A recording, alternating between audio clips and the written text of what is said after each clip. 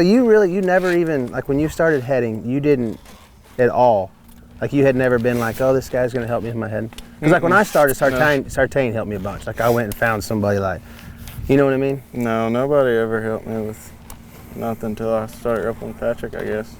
So you literally just started heading in the 9 points and was like... Besides my dad and my oldest brother helping me learn how to rope as a kid, no, nobody. I just kind of picked it up. Because I think it's interesting how like everybody has different angles like on their rope. Mm-hmm. And like when I first saw you, how high, like yours was always, but you could get it going so fast. Like you could have the swing going so fast. Yeah, but I used to be in a habit. You know how T-Wade gets his up and it's open. I used to be in a habit. I'd do that. Well, I'd always send it straight to the right every time. Like that was your miss? Yes, every time. If I didn't bring it up flat and level, I would send it straight to the right, which now I've gotten better about. Was that just grind and find, or was it like somebody was like, hey, level that off? Yeah, some people helped me, but just watching, every time I'd miss or do good, I'd study my videos, and every time I missed, it seemed like when I'd bring it up, it wasn't level. It'd be over here. When I deliver, I couldn't get it leveled out in time, so all my momentum of my rope would go straight to the right. Well, like I think sometimes like with mine, like, and I don't know, because we are definitely different on game level types of you have way more talent. You know what I mean? Like mine's got to be a little more structured and disciplined because I ain't as handy with the steel, and that's your middle name, if you know what I mean. Like that's awesome. Yeah. That should be. Anyways, because if I get mine too high and like coming this way, I'll get to leaning off in the stirrups. Like I get to leaning off, and I think a lot of times when I give it the blow by, mine is leaned off, trying to get to second base, but long before. I think it's because I'm slower. You know what I mean? Like I'm worried about like if I rope and I got it everywhere. And I'm not fast anymore. You know what I'm saying? Yeah, yeah. You ever get leaned off? Oh, yeah. See, and I think if mine's level, I'm going at the target more. That's why I always push the barrier, because if I feel like I missed the barrier, it never goes good. Like, isn't that insane? I'm like telling you reach further than anybody else in the world, but like you've got to hit the barrier else it doesn't feel like. If I hit the barrier right, it always feels so much more comfortable, like I could catch them 100 times in a row. But if I miss the barrier and I start panicking and cranking my rope a lot, instead of just slowing down and using my legs and ride, I start cranking my rope 90 to nothing. So when I deliver, it's too much on it. People don't understand, like, there's a go in heading. Like you can be close to the barrier and not get a good go at him where you've got like momentum with your horse and like that little send. You have to have send leaving. Right, at 100%. Like, cause like on the Sorrow back in the day, like you would just float, pull, and then you could zip that baby. But like and I had to throw right there, and it was easy if he was right there. But if I had to ride a couple more, then it would get like semifinal rounds at Austin. Like Dodge. I remember at Dodge we were second high call, and just maybe had to be 6 or 7 to win it. And I made sure I was out on the barrier, and I chased him, whipped, and got about halfway, and I finally just tried to send it, and it was just, you had one throw, and that was right here. That was it. She wasn't gonna gain speed at all. I got a lot of buddies that, because they're always like, well, you can reach so far, you know, you should miss the barrier, you should never break the barrier. And I'm like, you don't understand, like it's different. And when it's a foot over and they got a 16-foot head start ahead of you already, I mean, it's amazing. What's your favorite dummy drill? Man, I really like the mojos and stuff. I feel like they're a little I think that's a great point. I love a good set of mojos in a bale. And like I've got where I always try to rope bigger horns, or even just not small horns, you know, because I get where I try to just, before my rope gets there, just worry about pulling my slack and making it snappy.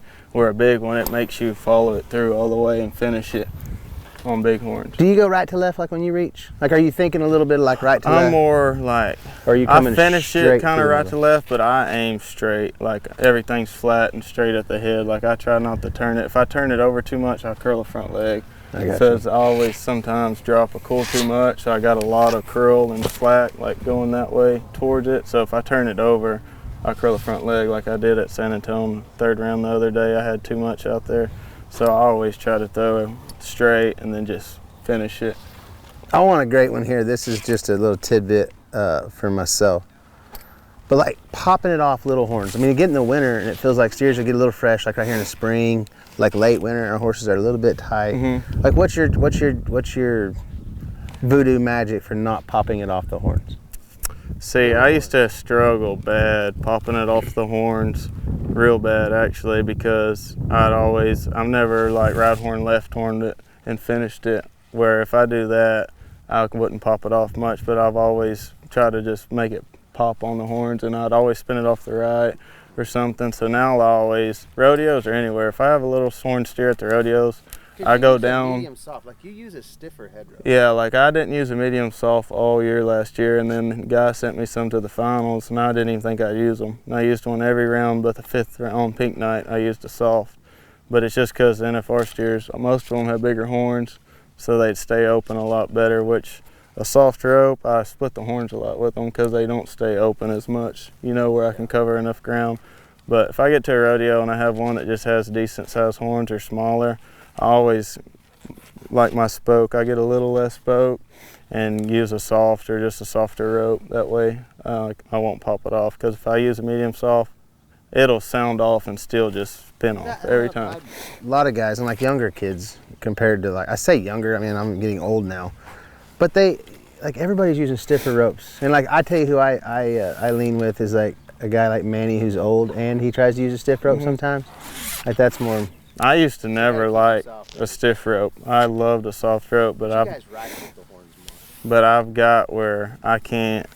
I was splitting the horn so much, like the fevers you used, I throw it to the right, or I was roping the right horn and curling the nose. Like it was so soft, I couldn't keep it open when I reached. Like it would die, it'd be open when I'd deliver, but by the time it got there, it had so much weight and soft, like it would just die off and I wouldn't cover the horns. It's funny how like we can have the same principles to our roping, but like two completely different approaches that use different tools. You know what I mean? Like I love it like an extra soft head rope. Yeah. I don't care how big the horns are. I don't care how small they are. You know what I mean? Like you, and like you say you change your lay a little bit, and that's just, I mean, like I want the same rope. Like if I, like in the finals, how many ropes did you use? How actually Manny, after the first few nights, Manny would come back there and I had 3 or 4. And he would pick 2 of them out every night, and then I'd pick one of them too, and that's what I would use. Are you kidding me? You went 200,000 and you kept juggling your rope? Yeah. Like I'm telling you, if mine goes on, it stays there. I use the same one for the first 5, and then when I missed, I got to do it. Really?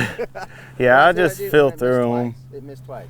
Even like right now, I have 4 in my bag that I've been just kind of like using back and forth all winter. And that's the same 4 I've used. Just whatever one feels good in the climate and heat or whatever. That's what I use. But going back to a soft rope, like I was saying, I get to cranking my rope too much. A soft rope, you can't really, you do so good about when you go to deliver, everything is so smooth and open, you know. That's why you do good with a soft rope. If I use a soft rope, I get where I can feel it so good, I get to cranking it too much, and then I don't cover. A stiff rope makes me feel it and open it up and follow it through good. And make it go to the horns. Exactly. Because I think that's one thing I got to pay attention to, because like if a rope gets too soft or too light, or like I get to playing around with it. I get like to you would lob, like a fast I'll lob lane. it. A soft rope and with a lot of weight, that's what I'll lob it straight to the right. I'll get lazy, and a littler, stiffer rope, like I can guide it a lot more and make sure it's open up and feel it. That's why, only reason why I use one. But like jackpotting, little horn steers, jackpotting, or even the BFI, I'll use a softer rope because I know I'm not gonna reach or nothing. Like I'll go all the way to them and I can open it up and finish it. So I love jackpotting with a softer rope. You may change ropes, but you're not changing boots. You know what I'm saying? Yeah, exactly. Exactly. That's awesome. That professional's choice, the more comfortable the horse, the better their performance.